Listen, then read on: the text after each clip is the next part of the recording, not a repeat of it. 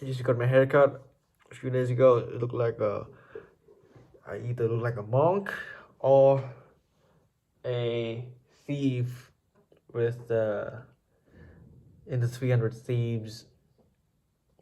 Was it 300 or 500 thieves something with Sinbad? But anyway, I had this idea for a video a long time ago, but I could not foster myself to do it. I really don't know why or what I was scared of.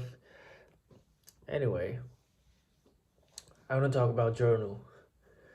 You probably have seen it on YouTube, TikTok, Instagram, all kinds of social media's content advocating for writing a journal. Well, I'm doing it one myself, in which I track my habits, my thoughts, um, ideas, pro- also my goals, all kind of things. It's like a second brain. It's actually fun, you know. It's actually fun to because you actually get to plot kind of data from your daily life, like raw data, live data from your daily life onto a piece of paper, with which you can just look at that and say, uh-huh. Well, so that's how it actually went, not how I imagine it to be. And you get to be objective. You get to look within yourself because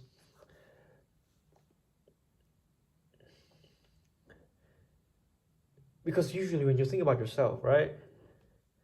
Like without pen, paper, just like me being alone, you being alone, just try to process what's going on in your mind.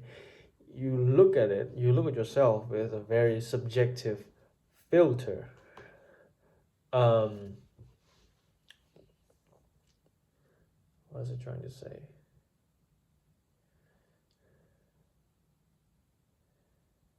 And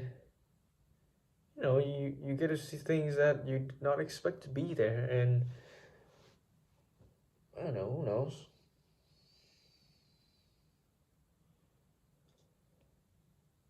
It's a great way to keep track of reality.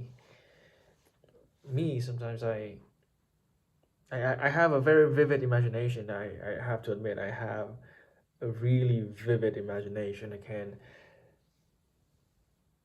make a whole movie in like 5 minutes in my head, and I tend to get so immersed in my own fantasy. I tend to get lost that I get detached from reality.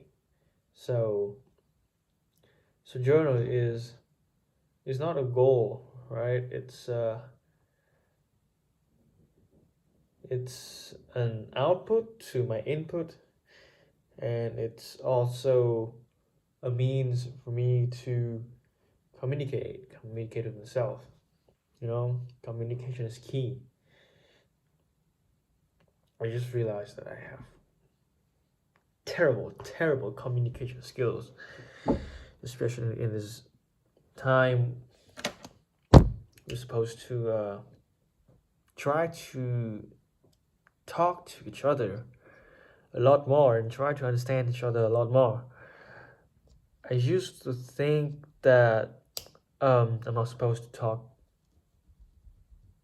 about myself a lot because, well, I might be regarded as not humble, might be regarded as boastful or um, sarcastic. No, is it sarcastic?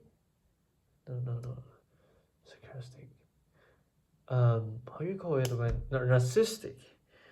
Narcissistic, yes, narcissistic. But it's actually not true because it's actually not true. It is just actually not true. When you converse with other people and you talk about yourself, maybe what you've done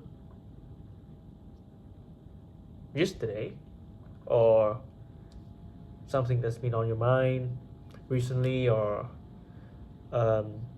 something interesting that happened to you a few days ago. It shows to the other person, the opposite person, that you are open for a conversation. You are sharing your life with them.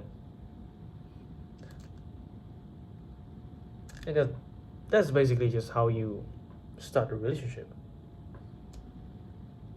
Start with the basic building blocks.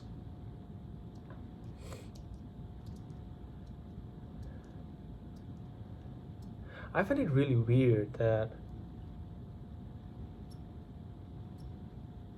I find it so easy to talk to old people.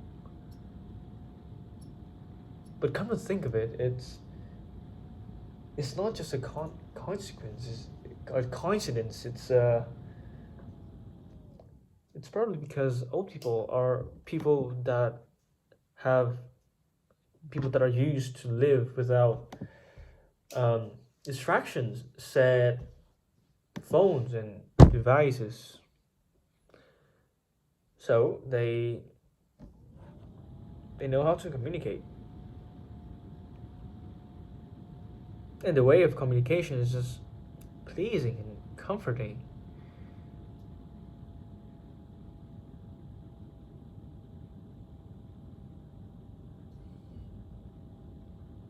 I don't think anyone is boring. They at least have one or two interesting stories to tell.